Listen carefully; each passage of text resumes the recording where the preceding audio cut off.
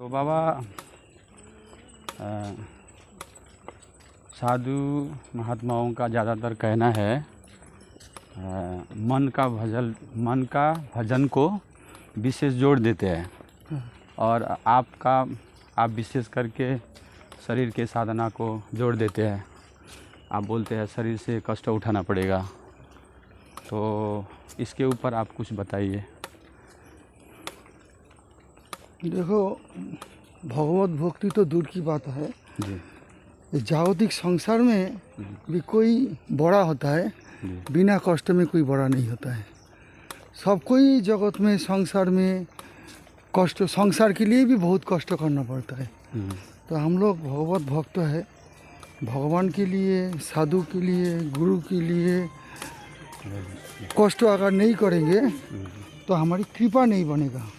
कष्ट करना मतलब ये होता है कृपा लेने की रास्ता है। भगवान के लिए, साधु के लिए पहले तो साधु गुरु के लिए सेवा करके उनको कृपा लेना पड़ेगा। बहुत निस्वार्थ रूप से परिश्रम करके बहुत महात्मा को जीवनी में देखा जाता है। गुरु सेवा करके, साधु सेवा करके, कष्ट करके कृपा मिलता है। फिर भगवान के लिए कष्ट करता है। कष्ट नहीं करने से भगवान का प्रसन्नता आता नहीं। सुख में भजन भक्ति तो कभी वृथा नहीं जाता है, लेकिन भक्ति के लिए, भगवान के लिए कष्ट करना पड़ता है। सब जगह में ही कष्ट है। और भक्ति तो चिन्मय वस्तु है, भक्ति में तो कष्ट है ही नहीं। हमारी प्रारब्ध के अनुसार हम लोग कष्ट पाता है। तो और शास्त्रों में भी देखो, सब जगह में कष्ट की रास्ता बोला है। गिरिराज परिक्रमा देने से भगवान प्रसन्न होता है, कष्ट की रास्ता। एकादशी व्रत निर्जला करने से भगवान का पार्षदत्व लाभ होता है, कष्ट की रास्ता। विषय मुक्त होके, वैराग्य होके भिखारी बनने से भगवान का प्रसन्न होता है, कष्ट की रास्ता। सब जगह में रघुनाथ दास गोसाई पाद जब घरबाड़ी विषय मुक्त छोड़ के आया था, कैसा जीवन में त्याग वैराग्य दिखाया। लास्ट में तो भीख मांग के, जैसी नाली में जो छोड़ा चावल है, गैया भी नहीं खाता है, उसको खाने लग गया। महाप्रभु प्रसन्न हो के जगन्नाथ जी को प्रसाद पहले भोग लगाया था, उसमें प्रसन्नता नहीं हुआ था। उनको पिताजी जब घर से रुपया भेजा था, ब्राह्मण रखा था, महाप्रभु को निमंत्रण करके खिला प्रसाद पावाते थे, उसमें महाप्रभु का इतना प्रसन्न तो नहीं हुआ। जब रघुनाथ दास गोसाई पाद महाप्रभु को जगन्नाथ जी को प्रसाद के लिए खिला लो बोल के महाप्रभु नृत्य किया था एक समय, लेकिन रघुनाथ दास गोसाई पाद जब घरबाड़ी छोड़ के आया तब जगन्नाथ जी का प्रसाद ही महाप्रभु को पाने के लिए पवाया था। तो क्या है, महाप्रभु का मन प्रसन्न नहीं हुआ, जान के रघुनाथ दास गोसाई पाद छोड़ दिया। तो छोड़ दिया, फिर छत्र मांग के खाया, अजाचक वृत्ति किया, फिर ये सब करके फिर लास्ट में जब नाली का सड़ा चावल खाया, महाप्रभु छीना के उनसे बोले, ऐसा अमृत तो तुम क्यों नहीं हमको देता है, तुम अकेला अकेला ये आनंद लेता है। तो महाप्रभुर गण सब वैराग्य प्रधान, जहादि के प्रीतहन गौर भगवान। तो भगवत भक्ति में हमारी गोस्वामीगण कितना विषय ऐश्वर्य छोड़ के पेड़ के नीचे सब कष्टों की रास्ता ही देखा कि क्या बिना कष्टों से कभी भगवत प्राप्ति की रास्ता नहीं बनता है। और क्या है, हम लोग गिरिराज जी के लिए कष्ट करता है। हम लोग जो शरीर का तमोगुण है ना, अनर्थ है, देह सब समय सूख जाता है। ये देह को पहले पिटाई करना पड़ता है, जब तक देह को कष्ट नहीं देगा। एक गल्प, छोटा गल्प सुनाता है उसमें, पुराण का ही कहानी है। एक राजा थे, तो उनको बोला हमारी लड़की को शादी देंगे, एक बकरी दिया, ले बकरी को खाना खिला के लिए आओ, जब आएंगे हम खिलाएंगे। तो फिर अगर बकरी नहीं खाए तो हम सोचेंगे बकरी पेट भर के खा लिया तो हमारी लड़की को साथ शादी देंगे और राजत्व दे देंगे, आधा राजत्व। लेकिन बकरी का ही स्वभाव है, जितना भी खाए फिर खाना दो तो खाने लग जाता है, लैट्रिन करता है। तो सभी लोग फेल हो गया इस परीक्षा में। तो एक जन बुद्धिमान लोग जाके उनको ले गया, लेने के बाद एक कुची कुची घास उठा के उनको खिलाने के लिए दिया। जब भी बकरी घास खाने जाता है तो उनको पिटाई करता है, जब भी घास में मुंह लगाते है तभी पिटाई करता है। ऐसी पिटाई करते करते बकरी जान गया हम घास खाएंगे तो हमको पिटाई करेंगे हैं। तो बकरी लाइन में आ गया, घास देख के भी खाना नहीं खाता है। उसको वो पता पड़ गया, बोला नहीं अभी बकरी तैयार हो गया। फिर राजा को पास ले गया, बकरी को सामने राजा घास दिया, बकरी खाया नहीं।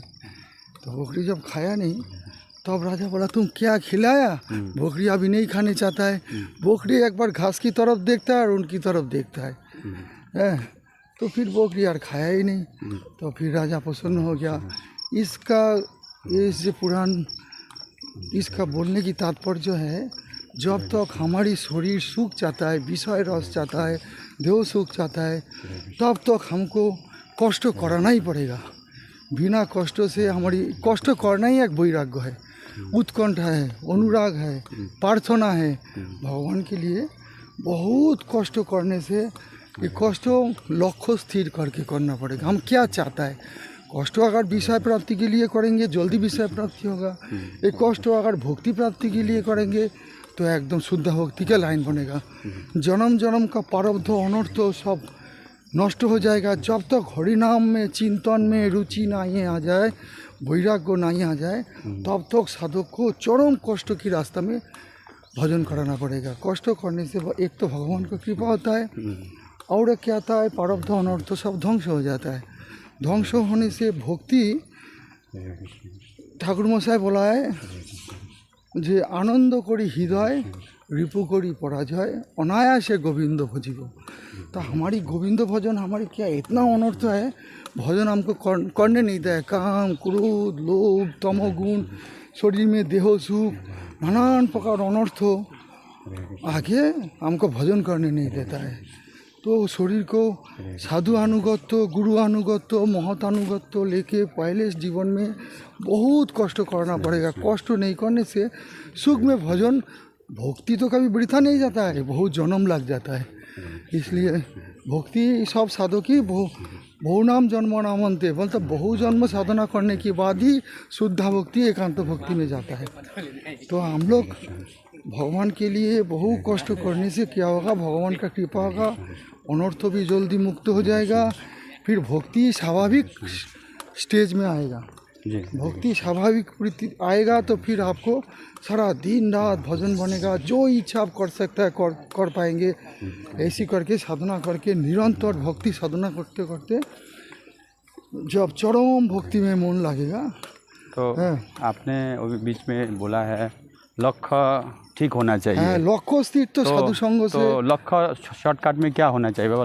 लक्ष्य होता है भगवत प्रेम प्राप्ति, वासना शून्य निरंतर भजन कब होगा, यही लक्ष्य होना चाहिए। ये लक्ष्य एकमात्र साधु संग से स्थिर होता है। जैसे जैसे महात्मा को संग करेंगे ऐसे आपको लक्ष्य स्थिर होगा। ऐसी ऐसी भावना में भजन बनेगा। भजन मिश्रा भक्ति है, शुद्धा भक्ति है। मिश्रा भक्ति क्या होता है, जो बहुत जो संग लेके विषय अर्थ संयुक्त जो भक्ति वो मिश्रा भक्ति है। और जो भक्ति केवल भगवान का नाम और चिंतन को चाहता है ये शुद्धा भक्ति है। तो शुद्धा भक्ति प्राप्ति हम लोग तो भजन जो कर रहा है हो रहा है भजन जो कर रहा है हम लोग, वो शुद्ध भक्ति में हम लोग जा नहीं पाया। हम लोग अनर्थों से युद्ध लड़ रहा है। युद्ध लड़ते लड़ते हमारी अनर्थ खाली हो जाएगा, संसार क्षय हो जाएगा। खियंते चाष्य कर्माणि दृष्ट है वो ईश्वरे, मतलब सब भगवत में बोला है भिद्यते हृदय ग्रंथि छिन्नते सर्व संशया खियंते चाष्य कर्माणि दृष्ट है वो ईश्वर। भागवत का श्लोक ना। तो क्या है, हमारे जो हृदय साधु संघ का संग से क्या आएगा, भगवत प्राप्ति की लक्ष्य बनेगा, इच्छा बनेगा। उसको साथ चाहिए चेष्टा, चरम चेष्टा। हमारी सिद्ध बाबा गोविंद कुंड की बोला है भगवत भजन के लिए चाहिए प्राणपण चेष्टा। उन्होंने ये बात बोला है, भजन करना लोहा की चनाची बना सब बड़ा बड़ा है।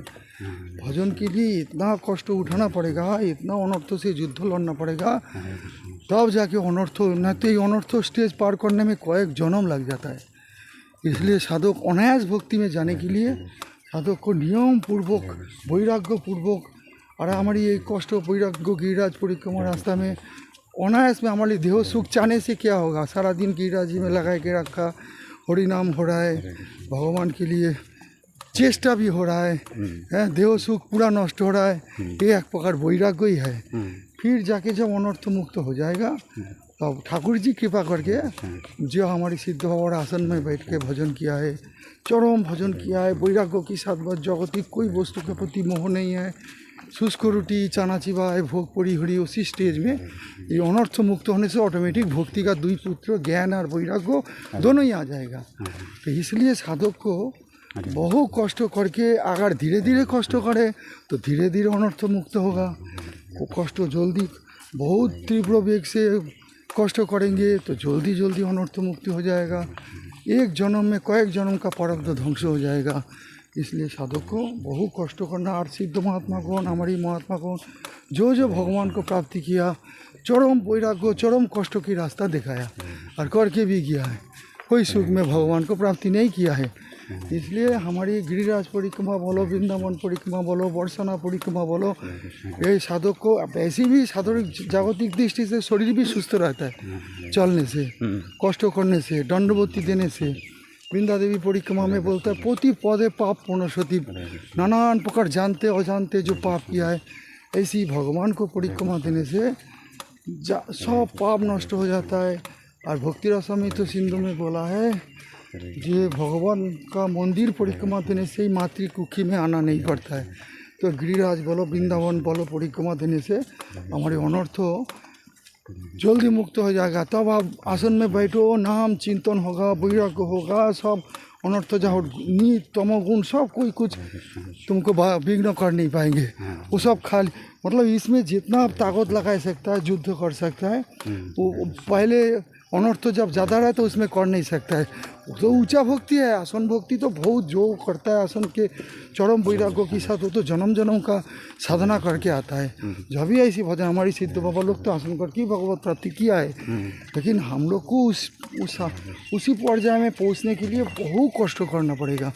जब तक हमारी चरम वैराग्य नहीं आया है तब तक हमको, इसलिए छागल का बोकरी का गल्प बोला है, जब तक हमारी हरि नाम में रुचि नहीं हो रहा है, चिंतन में मन नहीं लग रहा है, विषय वैराग्य नहीं आ रहा है, तब को साधना में कष्ट में लगा के रखना पड़ेगा। जब रुचि आ जाएगा हरि नाम में तो अपने आप वैराग्य करेंगे, अपने आप भजन करेंगे, रात दिन भजन में लगा रहेगा। इसलिए कष्ट उठाना पड़ेगा। ठीक है, और कुछ उसमें और तो बाबा इसमें जैसे शरीर से हम लोग कष्ट उठा के गिरिराज जी परिक्रमा देते हैं ना बाबा, तो देखा जाता है हम लोग शरीर तो गिरिराज जी परिक्रमा दे रहा है, लेकिन हम लोगों का मन संसार में आसक्ति होने के कारण हर समय संसार का ही चिंतन चलता रहता है। तो ये कब जाके फिर पूरा भीतर बाहर चिंतन, संसार का चिंतन, बाह्यिक चिंतन, जब तक अनर्थ खाली नहीं होगा, तुम बैठने से भी होगा। अच्छा, सब समय उनको वो हटाने के लिए अनर्थ मुक्त होना चाहिए। तो भगवान भजन सभी चिन्मय है। इसमें क्या होता है, हरि नाम तो है ही, साथ में नाम करेंगे, भीतर में भगवान का चिंतन करेंगे, चिंतन संस्कार जिनको आ जाएगा ना, वो चलते चलते भी भगवान का चिंतन करेंगे।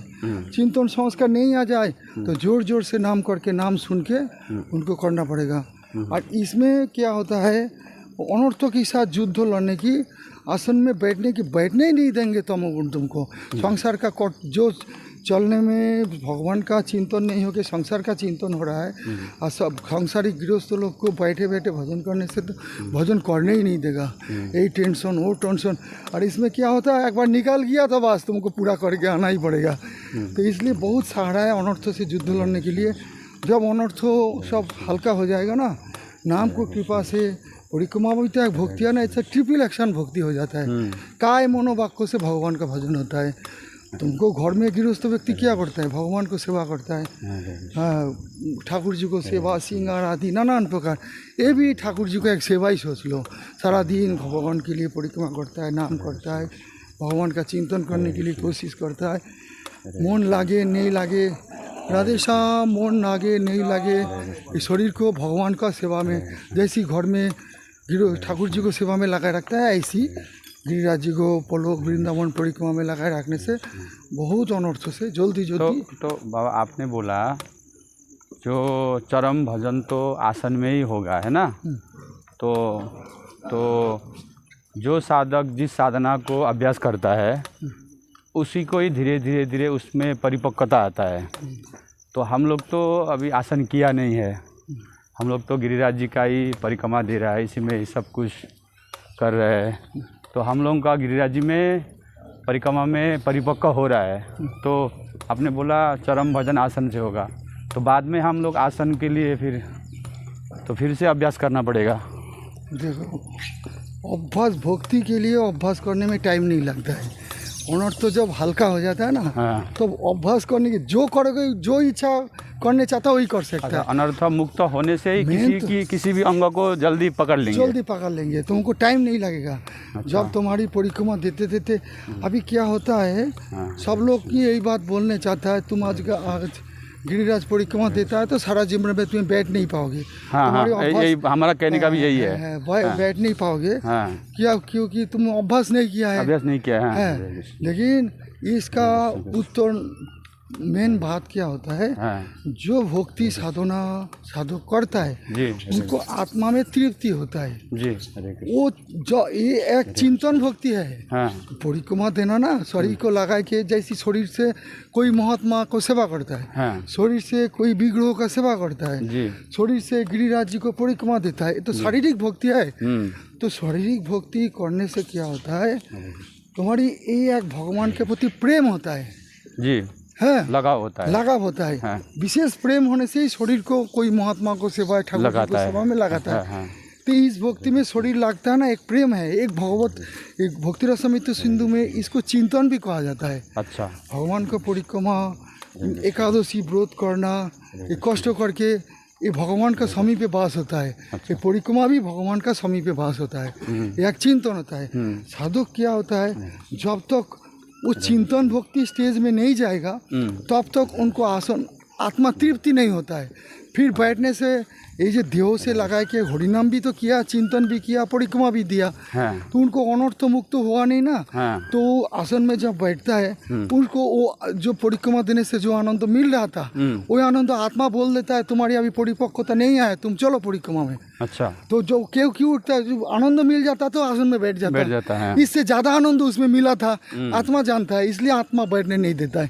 एक बार यही साधना कर लेता है, फिर भक्ति देवी क्या करेगा, लास्ट में तुम्हारी अनर्थ मुक्त होने से तब अपने आप तुमको फिर बैठा देगा। उसके लिए चिंता करने की जरूरत नहीं है। और नहीं तो भक्ति सभी चिन्मय है, इस भक्ति से ही तुम्हारी मन लगा के पार कर सकता है ठाकुर जी। अच्छा, ठीक। तो इसी के प्रसंग में चलो इसको एक बार काट करता है।